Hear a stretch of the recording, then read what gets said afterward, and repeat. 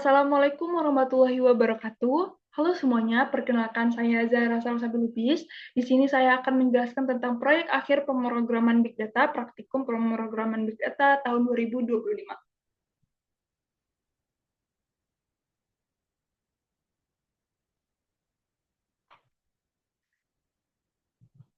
Nah, pada praktikum kali ini kita membahas topik Big Data, yang dimana Big Data merupakan istilah untuk kumpulan data yang sangat besar, kompleks, dan juga terus bertambah sehingga tidak dapat diolah dengan alat pemrosesan tradisional seperti Excel.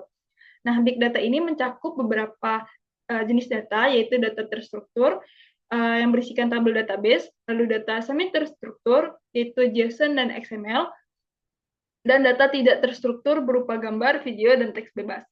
Nah, Big Data sendiri biasanya berasal dari berbagai sumber dan diproses untuk analisis, prediksi, dan optimasi keputusan. Nah, pada proses pertama, dilakukan exploratory data analysis pada data gambar. Nah, data gambar sendiri merupakan data visual yang tersusun dari banyak piksel, yaitu titik-titik kecil yang memiliki warna atau kecerahan. Nah, pada gambar bisa berupa gambar berwarna maupun gambar grayscale yang disimpan yang biasanya dalam format JPG maupun PNG. Lalu EDA sendiri atau exploratory data analysis merupakan proses untuk mengenali dan memahami data secara awal seperti pola data, sebaran data, dan juga masalah dalam data sebelum dilakukan analisis lebih lanjut. Nah, EDA ini ada beberapa jenis seperti summary data statistik, yaitu mean, median, modus, dan juga lainnya, lalu nilai minimum dan juga maksimum, dan juga bisa berupa visualisasi data, seperti scatter plot, bar plot, dan juga histogram. Nah, ini merupakan proyek awal pada praktikum Big Data yang menggunakan dataset sayuran berupa sebanyak 21.000 gambar yang terbagi dalam 15 kelas yang bersumber dari Kaggle. Lalu melihat sampel data per kelasnya, ini merupakan gambar sampel data per kelasnya. Lalu ada pengecekan ukuran gambar, lalu menganalisis intensitas piksel dari terang ke gelap, lalu menganalisis channel warna BGR, dan juga mendeteksi outlier berdasarkan kecerahan gambar. Nah, selanjutnya, dari data gambar tersebut, kita akan membangun model Convolutional Neural Network atau CNN. Nah, CNN sendiri merupakan model deep learning yang dirancang khusus untuk memproses data.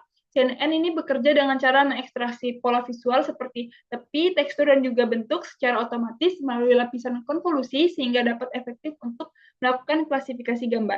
Nah, adapun sebelum melakukan membangun model tersebut, kita harus melakukan data preparation dan juga processing data. Pada tahap data preparation, data yang digunakan merupakan data sebelumnya, yaitu 21.000 gambar yang terbagi dalam 15 kelas. Lalu kita akan melakukan visualisasi 5 sampel gambar dari masing-masing kelas. Lalu pada tahap processing data, melakukan resize, meresize ukuran gambar, lalu melakukan rescaling, batching, dan juga class mode dan shuffle data. Lalu melakukan splitting data, lalu melakukan split data sebanyak 71,4% data train, 14,3 data test, dan juga 14,3% data validation. Adapun arsitektur model CNN berupa conv2D layers dari 32 hingga 256 yang digunakan untuk mengekstraksi fitur visual dari sederhana hingga kompleks.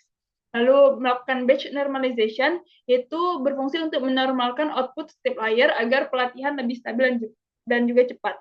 Lalu max pooling 2D, yang dimana berfungsi untuk mengurangi dimensi fitur sambil mempertahankan informasi penting.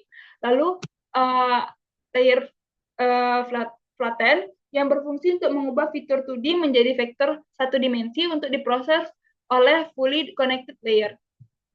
Selanjutnya, ada dense layer yang dimana terdapat dense layer 256 plus relu untuk mengolah fitur, dropout untuk mencegah overfitting, dan juga dense output dari 15 kelas plus softmax untuk prediksi kelas.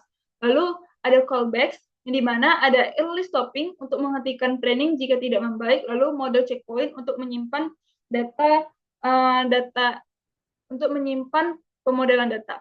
Lalu hasilnya berupa model yang mencapai akurasi validasi sebesar lebih dari 90% dan akurasi data uji sebesar 100%.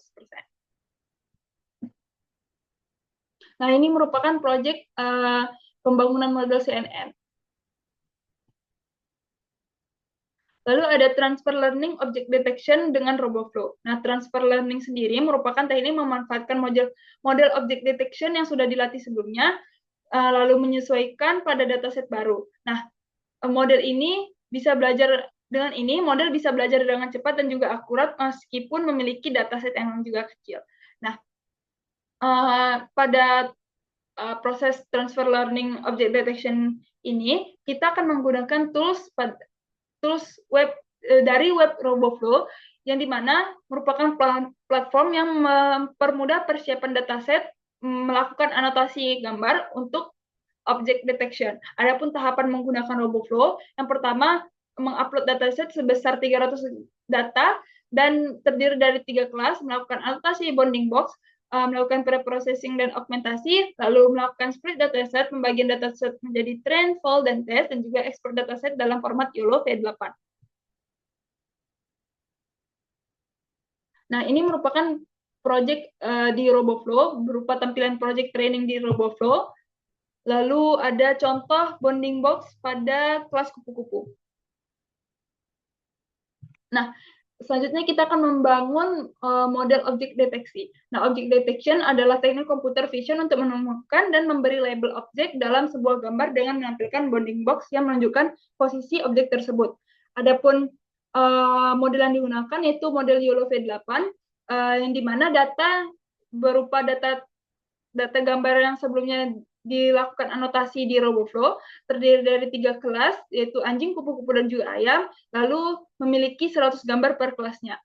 Adapun pembagian splitting data berupa train splitting data akhir berupa data train sebanyak 231 gambar, validation sebanyak 30 gambar, dan juga data test sebanyak 30 gambar.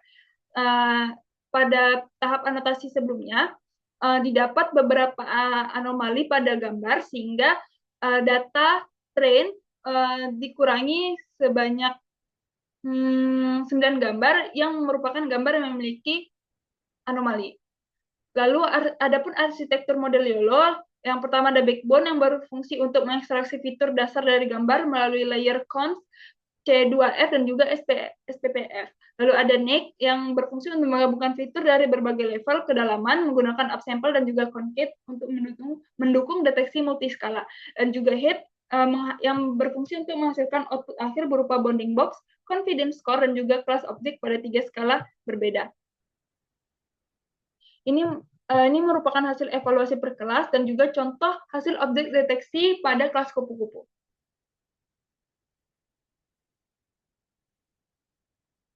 Lalu selanjutnya kita akan membuat dashboard menggunakan Streamlit, yang dimana Streamlit merupakan framework Python yang memungkinkan pembuatan aplikasi web secara interaktif dengan cara yang cepat dan juga sederhana. Yang pertama, kita harus menggunakan komponen utama pada dashboard menggunakan 2 model yang sudah dibangun sebelumnya, yaitu klasifikasi gambar dan juga deteksi objek. Lalu Streamlit ini digunakan untuk mempermudah penghubungan model dengan antarmuka web sehingga pengguna bisa melakukan prediksi langsung, di mana CSS juga digunakan untuk membuat tampilan dashboard menjadi lebih rapi dan juga menarik. Dan hasil akhirnya berupa aplikasi web yang dapat digunakan untuk klasifikasi maupun deteksi objek berdasarkan model yang telah dibuat sebelumnya. Nah, ini merupakan tampilan cuplikan layar pada main page, deteksi objek YOLO V8, lalu deteksi model klasifikasi, lalu ada tampilan unduh CSV, dan juga dapat menampilkan tree map, dan juga ini bagian sidebar, dan ini pilihan mode, yaitu ada mode object detection, image classification, dan juga tanpa model. Lalu selanjutnya kita melakukan analisis sentimen. Nah, analisis sentimen sendiri digunakan untuk mengklasifikasikan ulasan pengguna menjadi negatif, netral, dan juga positif agar dapat memahami persepsi pengguna terhadap aplikasi. Nah, Sebelum kita melakukan analisis sentimen lebih lanjut, data yang digunakan merupakan data hasil scraping web di Google Play Store khusus untuk aplikasi Weverse. Nah, proses ini dilakukan menggunakan tools Google Play Scraper karena data harus diekstraksi langsung dari halaman web Google Play Store. Nah, ini merupakan alur pemrosesan data yang dimana kita menggunakan data mentah berupa teks ulasan, rating, dan juga waktu. Lalu, pada tahap pembersihan data, dilakukan cleaning yang digunakan untuk menghapus simbol dan juga tanda baca, lalu melakukan normalisasi atau mengubah kata tidak baku menjadi baku, lalu menggunakan stemming dan tokenisasi, melakukan scamming dan juga tokenisasi menggunakan sastra dan juga memecah kalimat, lalu melakukan stop word removal atau menghapus kata umum yang tidak penting. Nah, adapun metodologi klasifikasi sentimen berdasarkan kelas, yaitu berdasarkan ratingnya. Adapun rating 1 dan 2 memiliki sentimen negatif, lalu rating 3 memiliki sentimen netral, dan juga rating 4 dan juga 5 memiliki sentimen positif. Nah, adapun model yang digunakan pada klasifikasi sentimen ini yaitu random forest, XGBoost, dan juga logistic regression. Yang dimana hasil klasifikasi sentimen ulasan Weverse yaitu pada sentimen positif sebanyak 46.312 ulasan, lalu sentimen negatif sebanyak 3.917 ulasan, dan juga sentimen netral sebanyak 1.997 ulasan. Nah, ini merupakan 20 kata yang paling banyak muncul pada ulasan di aplikasi.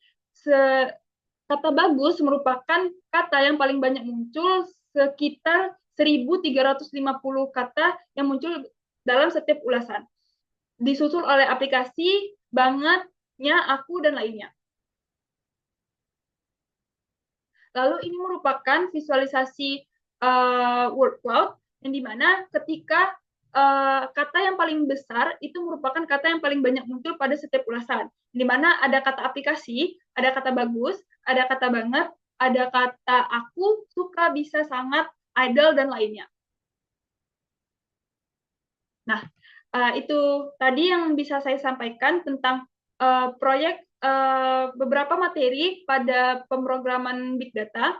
Adapun beberapa proyek yang sudah saya lakukan sebelumnya, yaitu pada Streamlit bisa dan juga GitHub bisa dilihat pada link yang sudah tertera pada layar ini. Terima kasih. Assalamualaikum warahmatullahi wabarakatuh.